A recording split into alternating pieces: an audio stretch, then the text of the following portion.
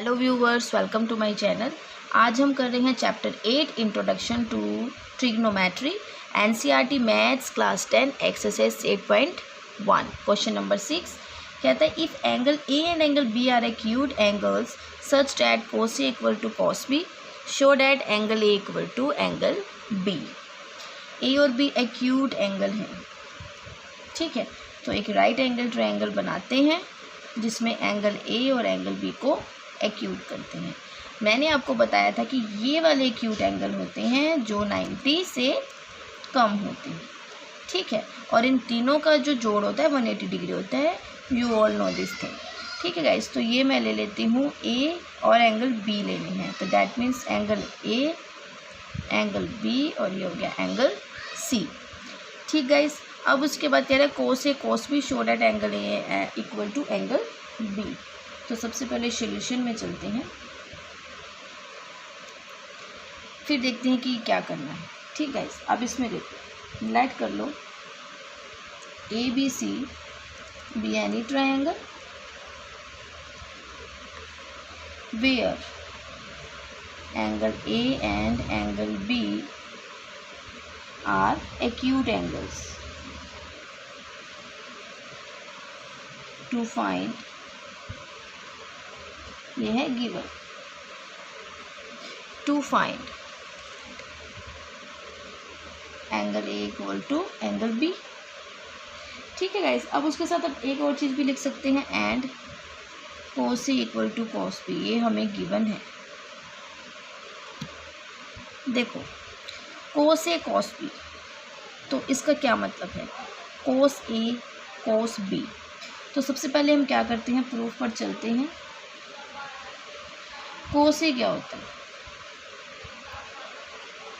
पंडित बद्री प्रसाद हर हर बोले सोना चांदी तोले, तो that means C is what, B by H.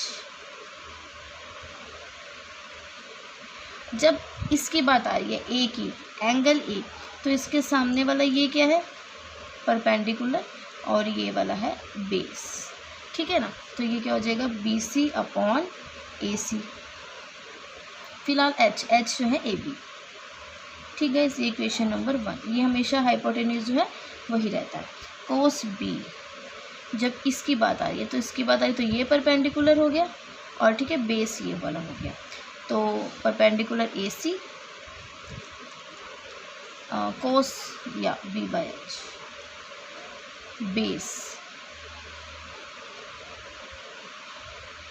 Guys, ये B था, मुझे यहाँ ए सी लेना था, ए सी, सॉरी, क्योंकि ये बेस मैंने इसमें कहा ये परपेंडिकुलर है, यहाँ परपेंडिकुलर तो यूज़ ही नहीं है, परपेंडिकुलर तो ये बेस हुआ। अब इसमें जो है हमारे पास ये परपेंडिकुलर है ए सी, अब मुझे यहाँ पर बी सी लेना है, एच दोनों के लिए सेम रहेगा, ठीक गाइस। अब उन्होंने बोला cos A equal to cos B, ये मैं क्वेश्चन नंबर ले लेती हूँ फ्रॉम 1।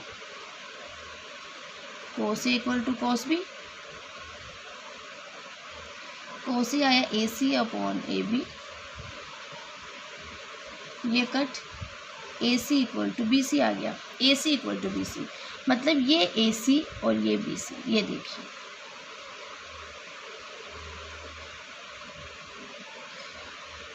ठीक है, ए सी और ये बी सी, इसके जो अपोजिट एंगल है ए सी के, वो कौन सा बन रहा है, ए सी के ये वाला एंगल बी, और इसके अपोजिट बी सी के कौन सा बन रहा है, एंगल ए। मैंने आपको बताया था कि इसके जो अपोजिट एंगल होता है वो जो हमें क्या लेना होता है, परपेंडिकुलर, तो उसके इसके हम एंगल बना सकते हैं। तो हम क्या लिख सकते हैं कि एंगल अपोजिट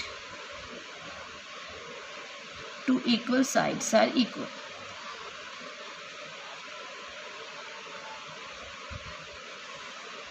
तो यहाँ से क्या हो जाएगा, एंगल ए एंगल बी के इक्वल हो जाएगा, ठीक guys. Angle opposite to equal sides are equal, angle opposite to equal sides are equal, जब साइड्स इक्वल होती है तो उनके अपोजिट एंगल भी क्या हो जाते हैं, इक्वल हो जाते हैं, ठीक गाइस। ये इजी क्वेश्चन था, इस 6 क्वेश्चन में और कुछ नहीं था। अगर आपको ये MCQs आता भी है तो आपको माइंड में रखना है कि angle opposite to equal sides are equal, that means A C equal to B C हो जाता है, ठीक है। अब चलते हैं क्वेश्चन नंबर 7 की ओर। तो गाइज अब हम कर रहे हैं क्वेश्चन नंबर 7। कहता है if cot theta equal to 7/8 evaluate. First ये इवेल्युएट करना है और सेकंड ये थिंग इवेल्युएट करनी है। तो सबसे पहले हम फिगर ड्रॉ करते हैं। ये देखते हैं कॉट थीटा 7/8 आया है, इसमें थीटा है तो इट्स ओके, हम इसको ईजिली कर सकते हैं। हम कुछ भी ABC जो है ले सकते हैं। तो फर्स्टली हमने यहाँ पर राइट एंगल ट्रायंगल फॉर्म किया, ABC। ठीक है, C पर हमने एक्यूट एंगल ले लिया, that is theta. Angle B है 90। तो फर्स्टली हम यहाँ पर जो है सॉल्यूशन में लिखते हैं जो भी हमने लेट किया। Let ABC B any triangle, ठीक है, right angle triangle, angle triangle, ठीक है, in which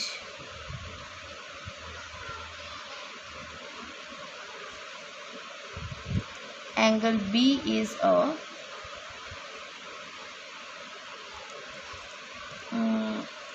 let ABC be any right angle triangle या be any triangle, ठीक है, in which angle B is a right angle। ठीक है, इतना लिख लिया। अब उसके बाद इसमें अब हमारे पास है कोट थीटा। कोट थीटा है 7/8। फर्स्टली हमें ये माइंड में रखना है कि कोट क्या होता है। ठीक है, इस कोट क्या है? Cot theta equal to Pandit Badri Prasad हर हर बोले, ये टैन है तो टैन का interchange coat, that is B/P। ये होता है B/P। B कितना है? बेस। इसके सामने वाला ये परपेंडिकुलर और ये वाला है बेस। बेस है BC, परपेंडिकुलर है AB। ठीक है, तो BC हमारे पास है 7K। आपको पता है क्यों है? क्योंकि क्या होता है, सिंपलेस्ट फॉर्म होती है, इसलिए K को प्रोपोर्शनैलिटी कह सकते हैं, कांस्टेंट ऑफ प्रोपोर्शनैलिटी या कॉमन मल्टीपल, या फिर हम K को कह सकते हैं एनी पॉजिटिव इंटीजर, कोई सा भी पॉजिटिव नंबर हो सकता है। ठीक है, BC और AB क्या है हमारे पास? 8 आ गया। तो हम यहाँ पर लिखेंगे BC upon AB equal 7/8 equal K, where K is any positive number. तो हमारे पास क्या आया? BC equal to 7K and AB equal to 8K। BC 7K और ये 8K and we have to find AC। देखो हमें साइन लेना है, फर्स्ट है कोस, अगर हम निकालेंगे तो कॉट ईजिली निकल जाएगा, क्योंकि टैन का फॉर्मूला होता है साइन अपॉन कॉस। ठीक है, टैन का फॉर्मूला होता है sine theta upon cos theta, और कोट क्या होता है? कोट इसका उल्टा, that is cos upon sine. तो अगर हमने साइन कोस निकाल लिया तो हम ईजिली जो है कोट इवेलुएट कर लेंगे। तो अब हमारे पास ये आ गया। तो अब हमें साइन चाहिए, साइन के लिए P/H चाहिए, तो यहाँ पर H नहीं है, तो अब लिखेंगे by using Pythagoras theorem AB square plus BC square equal to AC square. AB is what? 8K square plus 7K square equal to AC square. 8 64 AC square. ये कितना हो जाएगा? 113। तो ये 113 रूट K हो जाएगा AC। तो AC कितना आ गया? रूट 113 K जो है स्क्वायर में था, रूट करके K में हो गया। ठीक है, अब उसके बाद अब हमें क्या फाइंड करना है? 1 प्लस साइन थीटा और 1 प्लस ये जो फर्स्ट है वो हमें अब फाइंड आउट करना है। तो फर्स्ट है, अब इसको रहने देते हैं, पहले साइन थीटा और कोस थीटा निकाल लेते हैं। साइन थीटा हमारा कैसे निकलेगा? साइन होता है P/H। P क्या है? P है AB, H है AC। 8K upon root 113 K से K कर, तो 8 अपॉन रूट 113 जो है हमारे पास क्या आ गया? साइन।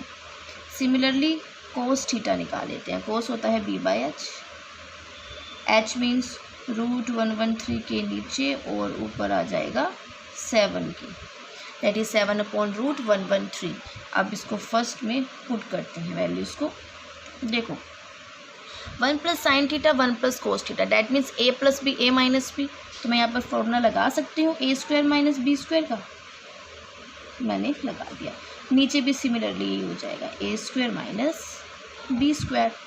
यहाँ पे आप लिख दीजिएगा बिकॉज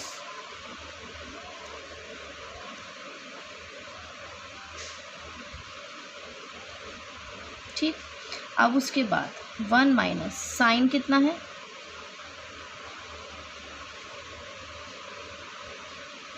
कॉस, सिर्फ वैल्यूज़ पुटिंग हो रही हैं, उनका स्क्वायर किया जा रहा है।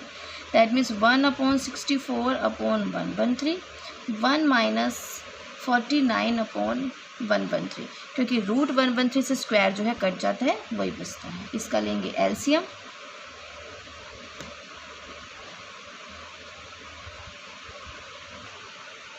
इससे ये कट हो गया। अब ऊपर हमारे पास क्या बच गया, ये हमारे पास आ जाएगा 113/49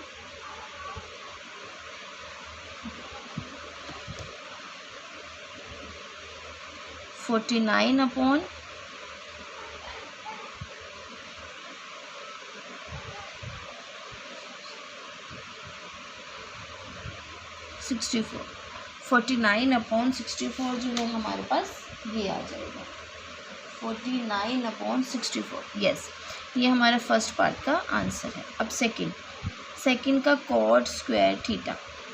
कॉट थीटा होता है cos square theta upon sine square theta.